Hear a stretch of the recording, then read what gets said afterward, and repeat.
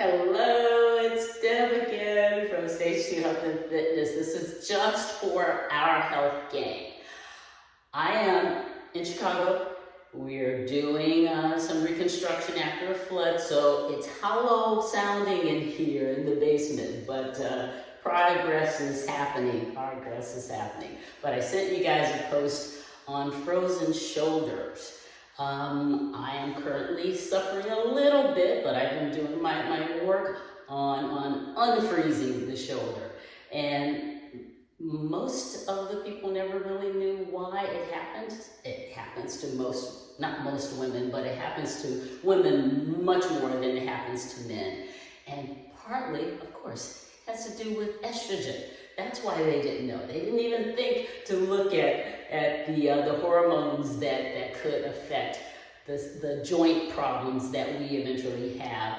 Not all of us, but some of us will have issues with our joints, arthritis and stiffness and frozen shoulders. So I just wanted to show you 4 quick exercises. I don't want to get super technical. You know, what ends up happening, we get a little adhesions, it stiffens up in the shoulder joint, and it just needs to be kind of broken down.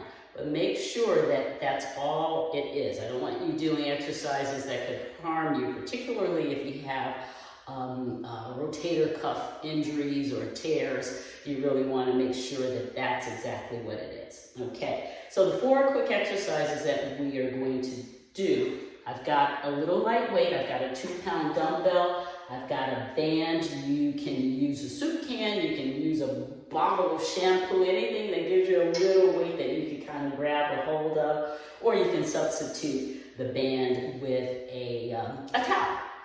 Okay, so the first exercise that I want to show you, and this one actually worked for me greatly the first time I had it, and that's just having a chair or a countertop, leaning over and getting a little bit of a weight and making circles. You can start, you see how I'm just letting my arm hang. I'm not bending my elbow at all. I'm just letting gravity take its course and using this extra little weight to really separate that joint from all of what's happening up there with the adhesions and all. Just kind of loosening everything up. And you can start with doing, I'm reversing the circles, about 10 or so in a row, both directions, and build up to maybe even a minute in each direction after that. So you just kind of let it hang. The other way, you just, like a pendulum, back and forth. Again, letting it hang. And it actually feels so good. It's just releasing all of that tightness in that shoulder. And then from there, you're just crossing it. I love this feeling.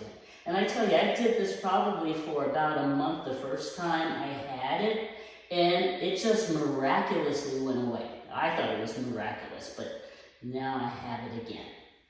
Okay.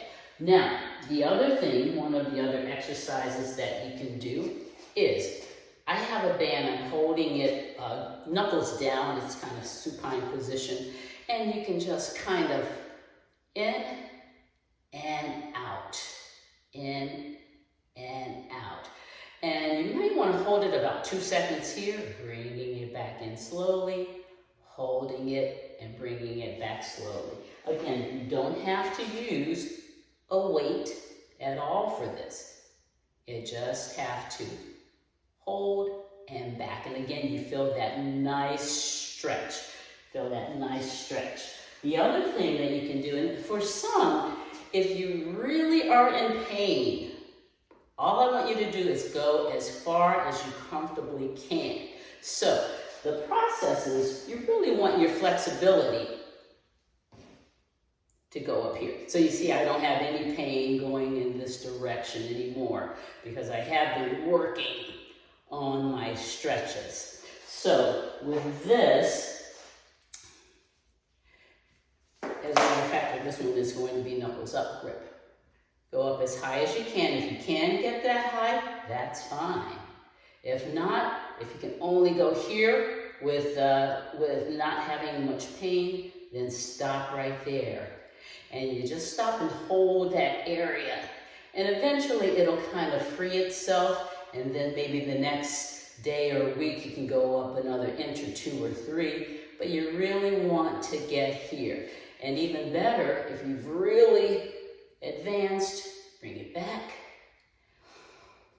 And this, whether you have a frozen shoulder or not, these are really good stretches to try to help prevent those frozen shoulders. So those are some of the ones that you can do. I don't want to overdo it, but there's the last one that I want, and it's so easy so long as you have a wall, like I have here, and all you do is you take your hands, your fingertips against the wall, walk them up, and you gradually get closer and closer to the wall. Currently, I can actually touch my under shoulder, which is the area that really is the cause of all of the tension and the pain or discomfort, and walk it back. I do this a lot with a lot of my seniors who tend to have that problem just with flexibility alone. And again, wherever you feel the pain, if it's here, if you're a foot away from the wall, just stop and hold it.